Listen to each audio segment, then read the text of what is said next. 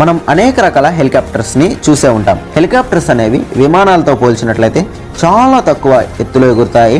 అలాగే విమానాలతో పోల్చినట్లయితే చాలా తక్కువ వైశాల్యాన్ని కలిగి ఉంటాయి. అయితే మన వాళ్ళలో ఉన్నటువంటి అత్యంత పెద్దదైన హెలికాప్టర్ దాని పేరే MI-26. దీని ఒక్కో రోటర్ యొక్క పొడవు ఒక్క ఏరోప్లేన్ యొక్క వింగ్ అంత పొడవు ఉంటుంది. ఈ హెలికాప్టర్ అనేది వాళ్ళలోనే అత్యంత పొడవైన హెలికాప్టర్. అయితే దీని ఎత్తు 30 అడుగుల కంటే పైగానే ఉంటుంది. సరిగ్గా చెప్పాలంటే 3 అంతస్తుల బిల్డింగ్ అంత ఎత్తు ఉంటుంది.